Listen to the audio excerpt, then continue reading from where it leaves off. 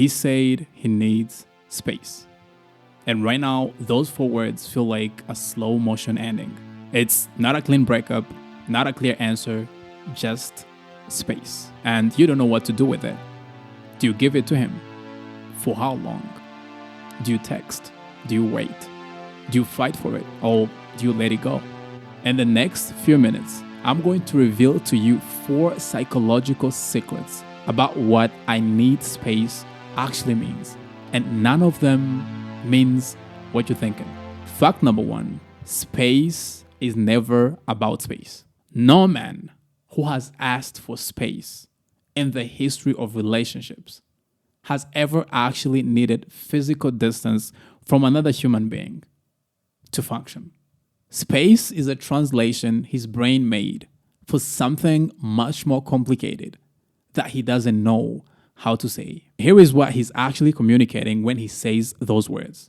He's overwhelmed by the intensity of what he feels, by the pressure he perceives in the relationship, by the fear that he is losing himself inside something that he can't fully control. And when emotionally avoidant men feel overwhelmed, they do one thing consistently. They create distance to regulate.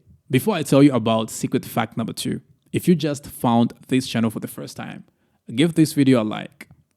That way I'm going to know exactly who's watching for the first time, and also it's going to help someone just like you who's going through it to find help.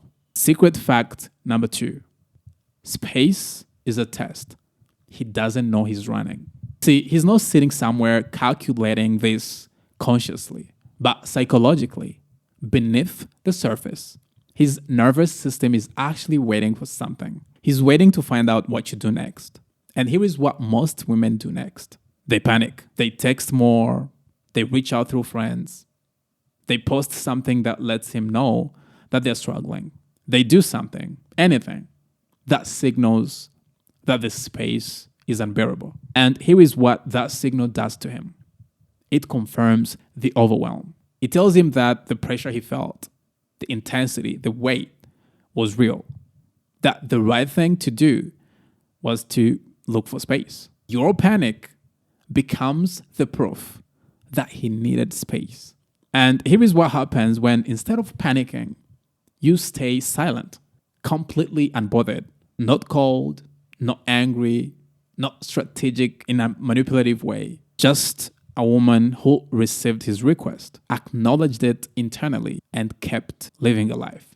When he expected panic and you give him peace, something cracks, because now there's a question that enters his mind. Wait, is she actually fine with this? And that question, that single destabilizing question, is the beginning of him losing control of the narrative he built around needing for space. Secret fact number 3, how you move during space is everything. What you do during space matters infinitely more than how long the actual space lasts. And this is where I'm going to be very specific, because broad advice keeps most women stuck. You should never do the following things during space. Do not text him updates about your life. Do not post content that is designed for him to see. Don't reach out through mutual friends to check how he's doing. Do not watch his Instagram stories or WhatsApp, whatever. Because every single one of those actions communicates the same thing. The space is working, you have my attention, and I'm still orbiting you. This is what you should be doing instead. Live loudly in your own life, away from him completely. Not for him, not to make him jealous, not as a strategy, because the space is always going to resolve one of the two ways. Either he takes time to regulate, misses you completely, and comes back with more intention. Or that space reveals to him that what he needed wasn't actually space from the relationship. It was an exit he didn't know how to ask for directly. Your behavior during the space determines which of those two outcomes happens. Before we go to the next one, if you just saw me for the first time, this is the right time to subscribe, to the channel. Every single week, there's a new video that I'm going to be uploading, and you don't want to miss that. The secret fact number 4. The space ends when you stop caring when it ends.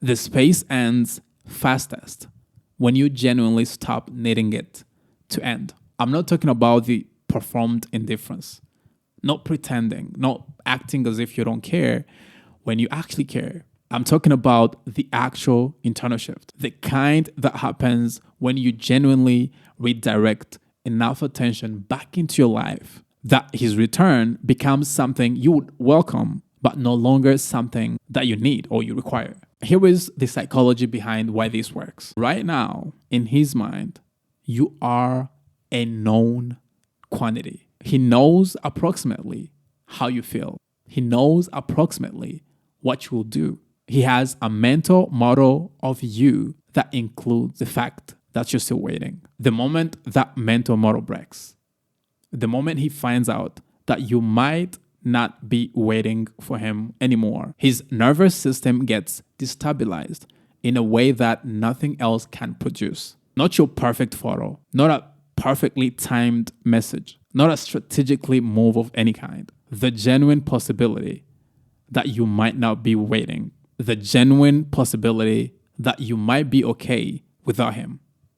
That possibility, when it's genuine, when it's not performed, that's what ends the space.